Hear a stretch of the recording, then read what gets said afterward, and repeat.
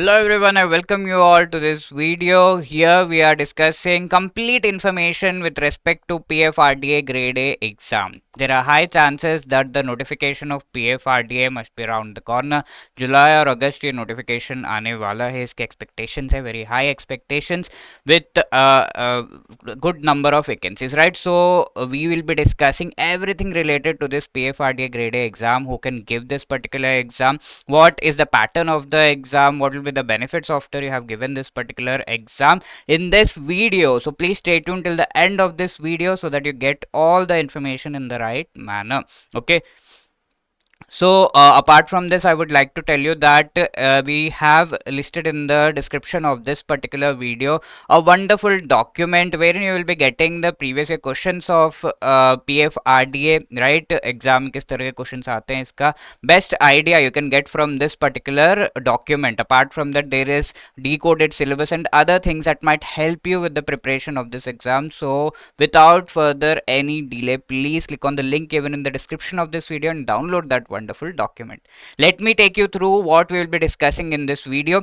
First things first, the expected date for the notification. When will it come? How many vacancies are expected over here? Because that is something that many of you have a look at, and uske हिसाब से you go for this particular exam. Okay, giving or not इसका decision आप उसके हिसाब से लेते. What is the eligibility criteria? Then what is the pattern of the exam? What is the syllabus? And what is the salary of a PFRDA Grade A officer after selection? Because you should have some motivation also, right, for preparing. And with this you will get an idea, checking yourself with this profile, right, whether you can give this exam or not, whether you can prepare for this exam in a proper manner, what amount of time would be required for it, and apart from that, what would be the benefits once you have given this particular exam. Okay, so without further ado, let us quickly begin this session.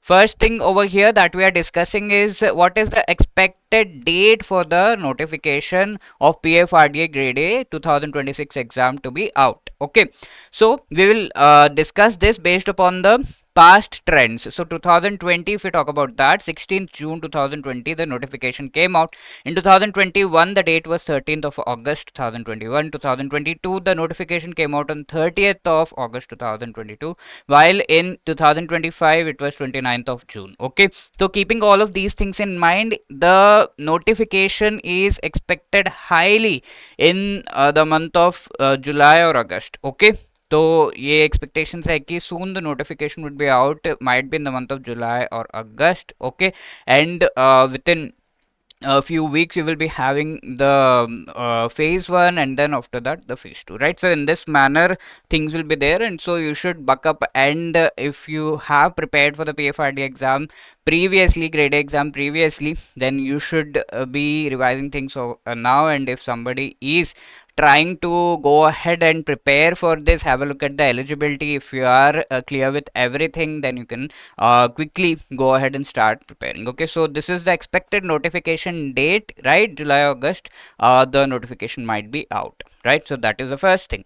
Now coming to the second part, now we'll be discussing how many vacancies are expected over here, because that is a very important parameter, right? So talking about the previous trend, what has been the trend of the vacancies? If we see 2021, they were around 14, right? 2022 there were 15. 23 24 exam did not happen, and in 25 there were 28 vacancies. Okay, so this time around also we are expecting around 25 to 30 vacancies as far as PFRDA Grade A notification is concerned. Okay, so this is the number of vacancies that we are expecting, a good number of vacancies. I would say you should definitely be trying if you are clearing the eligibility criteria. Okay, so that brings us to the next part of this video, that is what is the eligibility criteria. Now I know that the notification might be out, these many vacancies might be there, okay, roughly, and am I eligible to give this exam? Okay, so let us have a look at the eligibility criteria very quickly over here.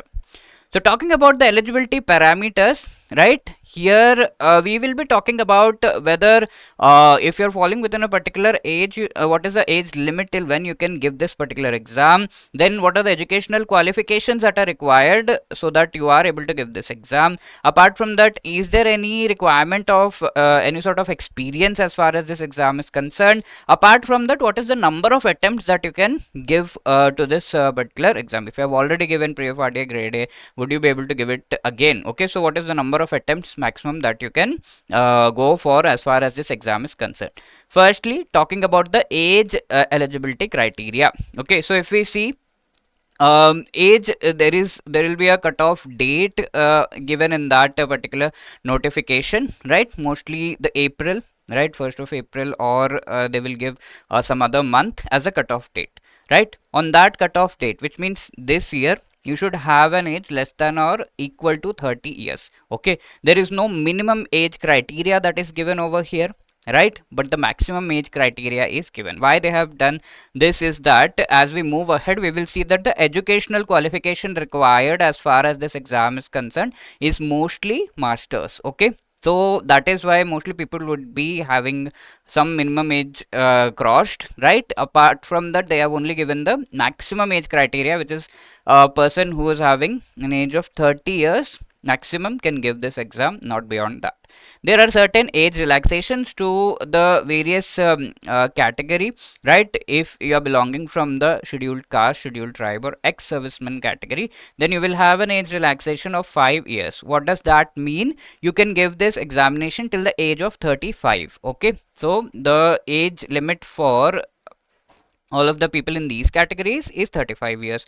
Now OBC, right, the backward castes and who are part of the non-creamy layer, of course who are part of the creamy layer, they are earning well, they will not be getting these benefits, but who are part of the non-creamy layer, as per the criteria which you better know, you will be getting a relaxation of 3 years, which means the age criteria for the OBC candidates in the non-creamy layer is 33 years is the maximum age that you can give this exam.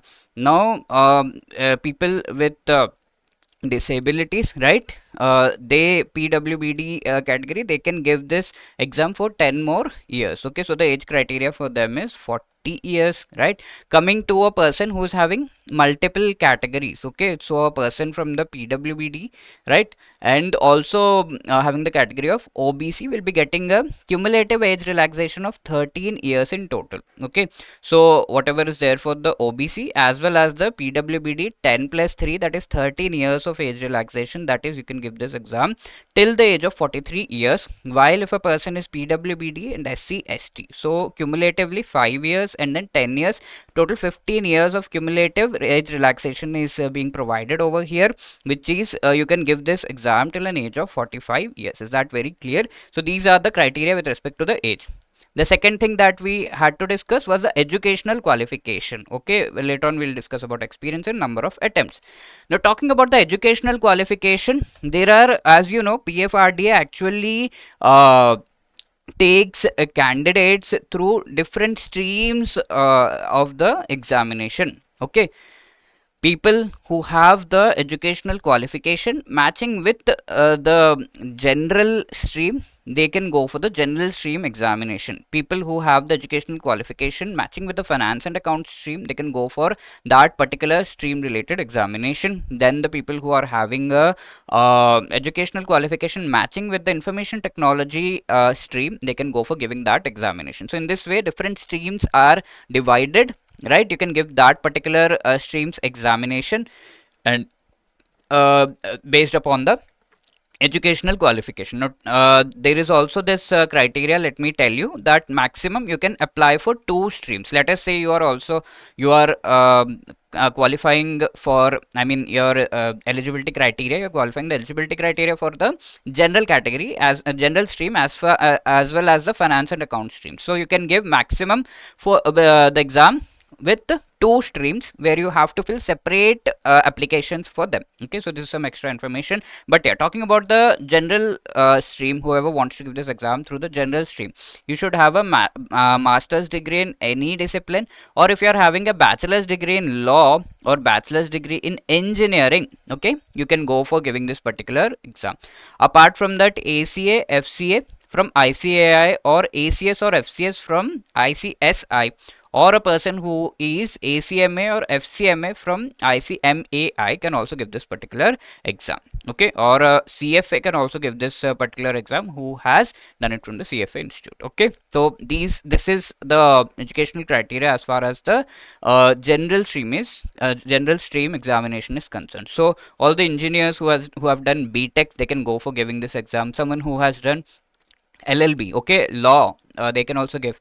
But other disciplines, like if you have done BSc, you might be required to do MSc, and then only you can give this exam. Okay, so for all other disciplines, master's degree is required. Now coming to the finance and account part, graduation from a recognized university, right? If you have done a graduation from a recognized university, along with that, if you are a ACA, FCA, right, ACS, FCS, and ACMA, FCMA, right, or CFA, you can go for giving the exam from the finance and account. So you can see there is a overlap, so you can give the general stream as well as the finance and account stream examination, right? And you have to fill separate applications for that, maximum 2 streams. Then if somebody is having this bachelor's degree in engineering, wherein you have done the engineering that you have done is electrical, electronics, communication, or information technology, computer science, you can go for giving the examination from the information technology stream. And here they have given some preferability that AI ML is something that you have specialization on. Okay, apart from that, if somebody is having masters in the computer application, so MCA, if somebody has done, they can also go for this. Bachelor's degree in any discipline with a postgraduate qualification, minimum 2-year duration post graduation, if you have done in computers or IT, you can go for giving this exam. Otherwise, if somebody has done bachelor's degree in engineering, any engineering with specialization on AI ML, right, they can go for giving this exam. Let's say you have done mechanical engineering, but specialization AI ML you have done, artificial intelligence and machine learning, then you can go for giving this exam from the IT stream. Apart from that, masters in the computer, MCA with specialization in AI ML, BSc with specialization in AI ML, if somebody has done, they can give the IT examination. Bachelor's degree in any other discipline with a postgraduate qualification, and they have done specialization in AI ML, they can go for giving the examination from the IT stream. Is that clear? Now apart from that, coming to the research economics stream, anybody who has done master's degree in stats, right, statistics, economics, commerce, business, administration, finance, and econometrics can go for giving this exam. Research statistics stream, who has done a master's degree in statistics, economics, commerce, business, administration, finance, and econometrics, same criteria. Now actuary, right, you can give the exam from the actuary stream also, graduation from a recognized university, and who has passed, right, all the 7 core principal subjects of the IAI, that is Institute of Actuaries of India examination, they can give this. Now there's also legal as well as official language related streams. Okay, if you have bachelor's degree in law from a recognized university, you can go for the legal stream examination. And the official language, Rajbhasha, if you have done master's degree in Hindi, okay, with English as one of the subjects at bachelor's degree level, or master's degree in Sanskrit, English, economics, commerce with Hindi as one of the subject from a recognized university, right? So you can go for this official language Rajbhasha stream examination. Okay, so this is the educational qualification, right? Keeping this in mind, there are few other points that are to be noted over here, right? If you're having a post graduation degree in any discipline from a recognized university, will be acceptable for the general stream, this is given. And the postgraduate diploma also in if not a degree, at least if you have a postgraduate diploma, that would also be accepted. Apart from that, postgraduate diploma in statistics, economics, commerce, business administration, finance, and econometrics, this will be accepted as educational requirement as far as research streams are concerned. Okay, provided the same is recognized, okay, then it will be accepted, right? So postgraduate diploma, if anybody has done, they are also eligible. Now next thing is candidates were permitted to apply for maximum of only 2 streams. You can apply for maximum 2 streams. This is something that I already told you, and with respect to that, you will have to go for filling separate online application. Clear? Now coming to the third note is that it is not that if you have come from the legal stream, you will not be given any general department. Okay, so you can get any department based upon the requirement, proper training, everything will be done, and then you'll be given posted in any department is something that the PFRDA reserves the right with respect to the same. Okay, and you will be required to serve anywhere in India as the PFRDA decides. Now the other thing is the degree that you are submitting should be a valid degree from a recognized university, of course. Okay, so this is something that you have to keep in mind. Now moving ahead, we have spoken about age and educational qualification. Now talking about the experience, is there any experience required and what are the number of attempts? So as far as experience, there is nothing mentioned in the previous notifications. There is no specific work experience required as far as this exam is concerned, so that's a relief for us, right? Apart from that, of course, if you have an experience in the streams that I showed you, right, that would help, but that is not a compulsory criteria. Apart from that, what is the number of attempts for which you can give this exam? There's no such restriction. Okay, there's no minimum age restriction, no attempt restriction. You can give any number of attempts until and unless you are actually qualifying and you're eligible as far as your age and other educational qualifications are concerned. Now coming to the next part, what is the pattern, then what is the syllabus, and what is the salary? Okay, we'll discuss this. Talking about the pattern, it is similar to the, we would say, SEBI exam. Here you have the phase 1 exam, phase 2 interview, and the final selection. Now talking about phase 1 examination, phase 2 interview and the final selection, as we have seen over here. First you have to clear this phase 1 exam, right? It is totally I would say a qualifying exam only, the marks will not get added. Phase 2 exam, once you have cleared, you will be eligible for the interview phase 3, right? You will be if you get the interview call, you can go for the phase 3 interview, and then the final selection based upon the cutoff, which is combined cutoff of both of these interview and phase 2, as I will take you through.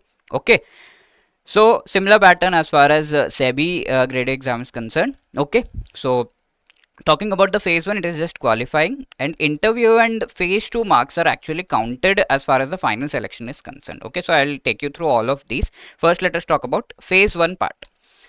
Okay, one by one we'll discuss. Phase 1, if you see, what are the different things that you have to study, and here, as it is in the SEBI, here also you have two papers that you will actually have to attempt.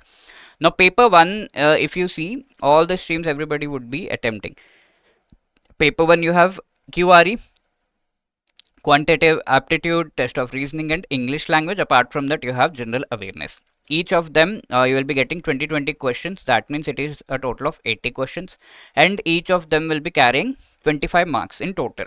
Okay, and around 60 minutes is the time that you are given over here. That means 80 questions in total. There's no sectional timing or something. Okay, 60 minutes overall, and then 100 marks, right?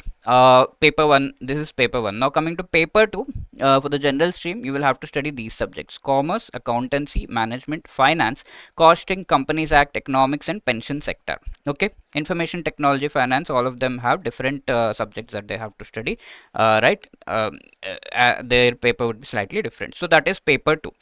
Paper 2, there will be 50 questions for 100 marks, each 2 marks obviously, and the time would be 40 minutes over here. Okay, and if you are giving any wrong answer, of course they have given that 1/4 negative marking is something there. You can go for both the languages. The paper will be in both the languages, Hindi and English. If there is any confusion, you can cross check. So this is what is the pattern. This is what is you will have to prepare as far as paper 1, phase 1 is concerned. And in that paper 1, you have seen QRA and GA, and paper 2, you have to go for the these subjects. Okay, prepare the specific subjects. Now they have not clearly mentioned any specific cutoff with respect to this cutoff, just giving a simple idea that it goes around 25-30 or something overall, as you see over here, right? And paper 2 is also similar, 30-35, something like that. Okay, so both of these papers you have to attempt, and these are very much doable, right? Overall cutoff, there is no sectional cutoff also over here. So this is something with respect to the phase 1, right? Phase 1, if we see these things, right? English, QRE, and GA. If you are prepared for RBI or banking or UPSC exams, the level of QRE over here would be different. If we talk about RBI, the level is quite high. Okay, QRE level is quite high, GA also quite high, but here it will be moderate. But talking about if you are prepared for banking exams, you will again have to work a little over here, because there it is about speed, here it is about more of accuracy. Okay, UPSC exams, the CSAT is slightly comparable, but still it is I would say almost of the similar level, right? But for if you are prepared for RBI, you will have to actually go for you can actually appear this very easily. Okay, so that is the thing. Now, what is the criteria to clear this phase 1? There will be cutoff, paper 1 cutoff and paper 2 cutoff separately, and there will be aggregate cutoff also. You will have to clear that. These cutoffs will be given by PFRDA, right? That is not something that has been already given out. Okay, so you will have to clear that particular cutoff based upon the number of candidates.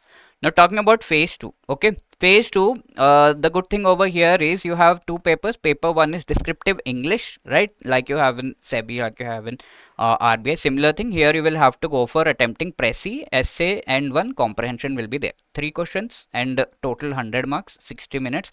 And here they have given that this carries a weightage of 1/3. Okay, so somebody who has scored, let's say, 60 in English, 1/3 of that would be carried, and that will be calculated and taken for the final phase 2 related calculation. Okay, overall calculation with respect to 100 marks, there is a cutoff that is given out, so that for that calculation. Now, talking about the paper 2, again the same subjects, commerce, accountancy, management, finance, costing, company stat, economics, and pension sector, same subjects, but of course the level of the questions will be higher. 50 questions, 100 marks, 40 minutes, and 2/3 weightage is carried by this particular paper 2 in the calculation of the final cutoff. Okay, again here also there will be a negative marking of 1/4. Language, both Hindi and English is there. Okay, and first of all, paper 2 will be checked. If you are qualifying paper 2, you are getting a good number of marks as far as the cutoff is concerned. If you are qualifying that, only then paper 1 will be checked as something that they have given. Of course, we will have to try to get good marks over here in both the papers, right? And descriptive paper is totally online, right? You will have to give the answers through the keyboard. Hindi keyboards will also be provided if anybody is wanting to give in Hindi. Okay, so this is the paper pattern, right? Somebody is from a non-commerce background, they can also whether they can attempt this and go ahead with this particular paper and go for it.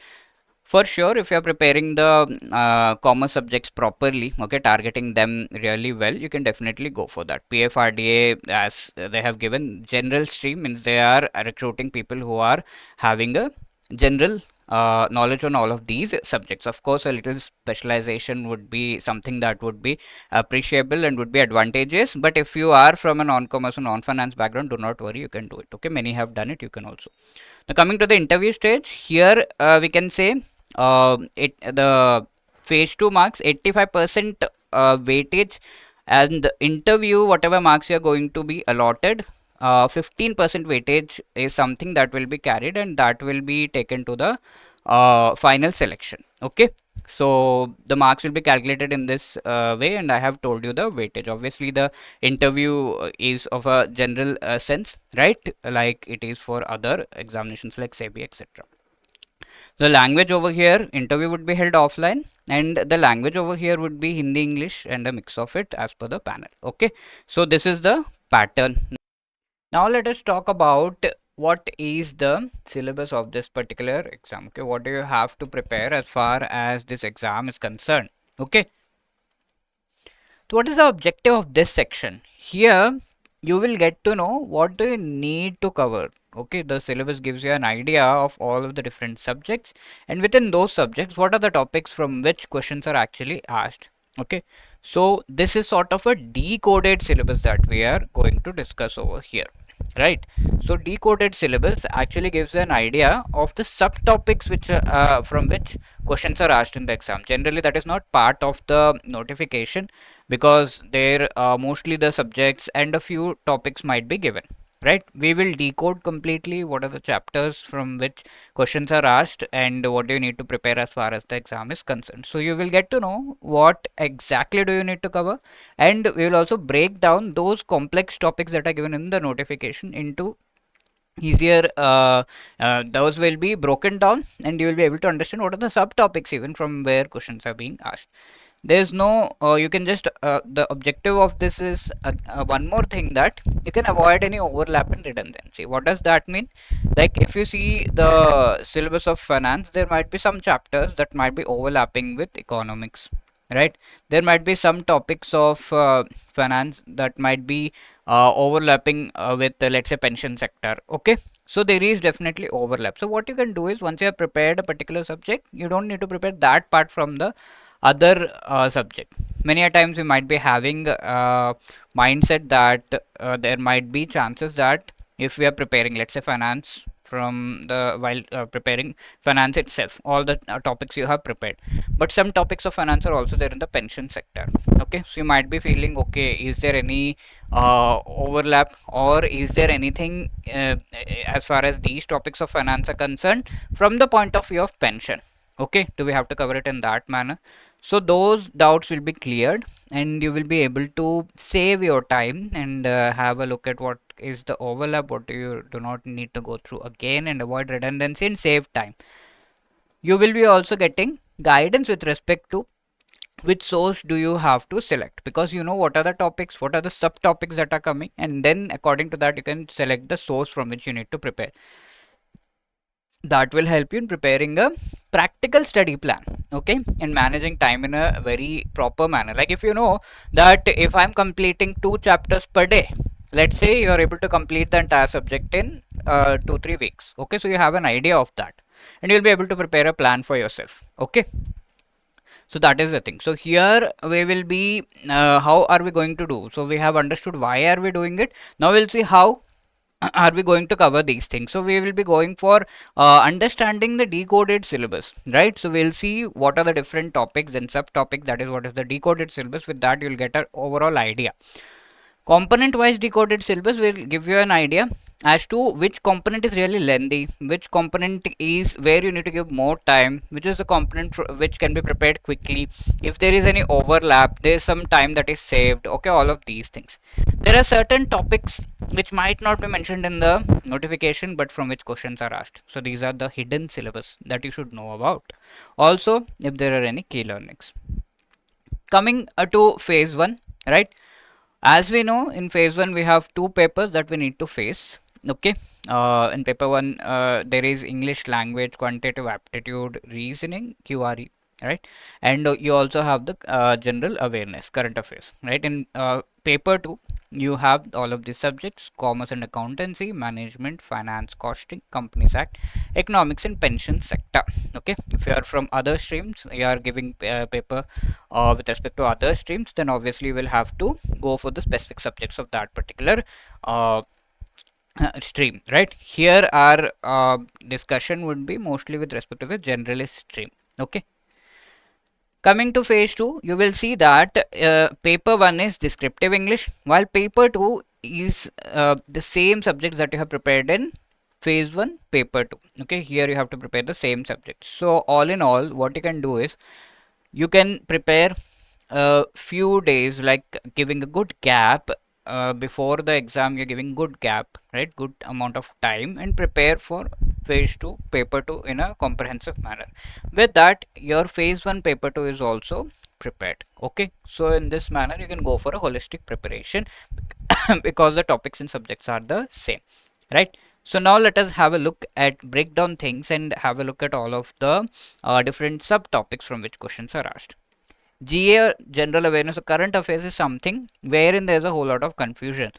From where the questions are asked, what do we need to study, what are the different sources. So here we'll decode the syllabus and see questions are asked from the national news. There are MOUs, summits, major events, international summits, conferences, financial economic news are also asked, financial awareness like RBI, SEBI, notifications and regulations, new changes, defense military exercises, drills, etc. are asked. What are the different important days in the news, their theme, persons in the news, obituaries, appointments, retirements, etc. Sports related, some major tournaments, winners are also asked. Science, technology, space, awards, honors, environment, banking, economy related news is definitely asked. Okay, specifically reports and government schemes are a major part of, from where the GA paper is set. Books and authors, apart from that, there is static GA also that is asked, like the chief ministers, cabinet ministers, national parks, organization headquarters, bank headquarters, taglines, power plants, okay, dance forms, countries, currencies are also asked. Okay, so it's a comprehensive, I would say, understanding of everything that is asked in GA. Coming to the English language, as far as your phase 1 QRE, there you have English, right? So that part we are discussing over here. You'll be having grammar, error spotting, sentence improvement, comprehension ability, comprehension passage, closed test, rearrangement, para jumbles, double fillers, vocabulary, synonyms, antonyms, one word substitute, phrasal verbs, etc. All of these are based upon the questions that have been asked and also the syllabus of PFRDA. I have mentioned things over here. So looking at this, if you have a general understanding and a basic understanding of English, that would help you in scoring well as far as this the QRE, the English paper in the QRE part, that is paper 1 of phase 1 is concerned. Talking about quantitative aptitude, ratio proportion, percentage, profit loss, simple compound interest, average age, questions on those, time and work, pipe system, then we have time distance, mixture allegation, okay, series and quadratic equation, mathematical inequalities, number series, data interpretation, simplification, approximation, quantity, comparisons, data sufficiency, and partnership questions are asked from all of these topics, okay. Coming to reasoning, here alphanumeric series, coding, decoding, syllogism, direction sense, inequality, ranking order, then blood relation, puzzle, seating arrangement, input output, critical reasoning, questions based on data sufficiency, etc. are asked over here. Right, so that actually gives an idea of a phase 1 paper 1. We're talking about phase 1 paper 2, okay, and also phase 2 paper 2, because the syllabus is same. Let's go ahead and talk about the same. Before that, if we talk about descriptive English, right? So as you know, descriptive English, here you have to attempt an essay, précis, and the comprehensive passage. Okay, précis writing, essay writing, and comprehension. So with respect to this, of course, for essay you will have to prepare certain current topics, right? And précis comprehension is something that you can do there, right? So of course, this is the main things that are asked over here. Now coming to commerce and accounts, which is a major syllabus as far as this exam is concerned, major part, a major large number of questions are asked from here. So what are the chapters over here? Introduction to accounting, theory base of accounting, recording transactions, trial balance, income statement, balance sheet, preparation and presentation of company accounts, right? Then financial statement analysis, including ratio analysis, cash flow statement, fund flow statement, sorry, all of these things. Accounting for share capital, bonus shares, ESOPs, buyback and rights issue, accounting standards, introduction to that, accounting standards for PP, okay, then standard for inventory, standard for revenue recognition, standard for investment, foreign exchange transaction, etc. are also asked. Okay, coming to the management, the syllabus is short, but yeah, you'll have to go deep in this: motivation, communication, leadership, general management, and human resource development. Okay, so these are the topics from which questions are asked. Apart from that, finance, bonds, derivatives, right, forward future swaps, and even options. Primary and secondary market, here equity market, debt and forex market questions are asked from.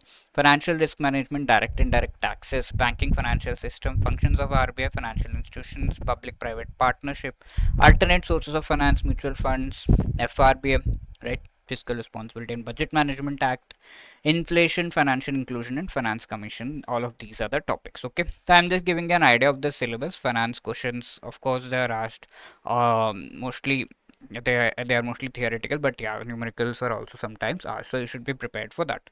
Now coming to economics, demand and supply, elasticity of demand. So mostly here we have topics from the microeconomics, a few topics from macroeconomics also, right? Like market structure, perfect competition, monopoly, monopolistic competition, market structure, oligopoly, national income is Also asked classical Keynesian approach, determination of output and employment, consumption function, investment function, multiplier and accelerator, demand and supply of money, ICE and LM curves, okay, inflation, Phillips curve, business cycle, fiscal monetary policy, balance of payment and NBFCs. These are the topics. Coming to costing, there is introduction of costing and management costing, material cost, labor cost, overhead cost, activity based costing, output costing, job and batch costing, contract costing, process operation costing, joint and byproduct costing, service operating costing, marginal costing, standard costing, budgetary and budgetary control, then lean system innovation. These are the topics from which questions are asked in costing. Company law, right? Chapter 3 related to prospectus allotment of securities. Chapter 4 share capital and debentures. Chapter 8, right, declaration and payment of dividend. Chapter 10 auditors. Chapter 11 appointment and qualification of directors. Chapter 12 meeting of board and its power. Chapter 27 also over here NCLT and NCLAT questions have come. Okay, so this is the I would say companies law questions are asked from here. And coming to the last subject that we have to discuss here, that is pension. Pension is relatively short and crisp, right? There are certain areas from which mostly questions are asked, but as far as the syllabus goes, status of pension sector in India, right? Current pension, what are the different types of pension systems operating in India, structure, framework, okay, 5 pillar framework, everything is part of it. Now, types of retirement schemes in India and their features. This is the main part. NPS, the National Pension Scheme, from where questions are majorly asked. Understand different types of retirement schemes, okay, structure of the employee provident fund, EPF, then public provident fund and its usage. Things are asked from there also. History of this scheme, launch year, objective, types of NPS model, investment withdrawal requirements, okay. With respect to unified pension scheme also questions are asked, okay, so you have to prepare that.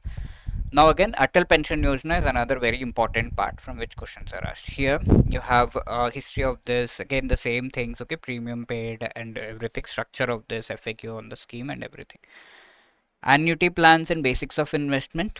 Yeah, a few questions are asked from here also, right? So what are the different annuity plans available, practical application of these plans, different investment avenues available, okay, debt market, equity, all of these.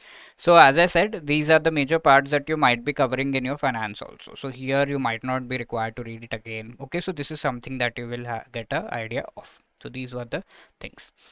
Right, so that was our discussion on the decoded syllabus. Now coming to the last part, which is what is the salary of the PFRDA Grade A officer after selection. Right, let's discuss that. So as soon as you join, if you see the notification there, the basic pay provided at the entry level is 44,500. Of course, along with the different allowances, what happens is the total gross that you are going to get is 1,57,000. Yes, of course, you will have to there are some deductions from this also, but yeah, mostly near about this you will be getting, this will be the salary. Now there's this pay scale about which information is given, wherein the initial pay would be 44,500, but then you will keep getting increments based upon obviously the years as the years pass.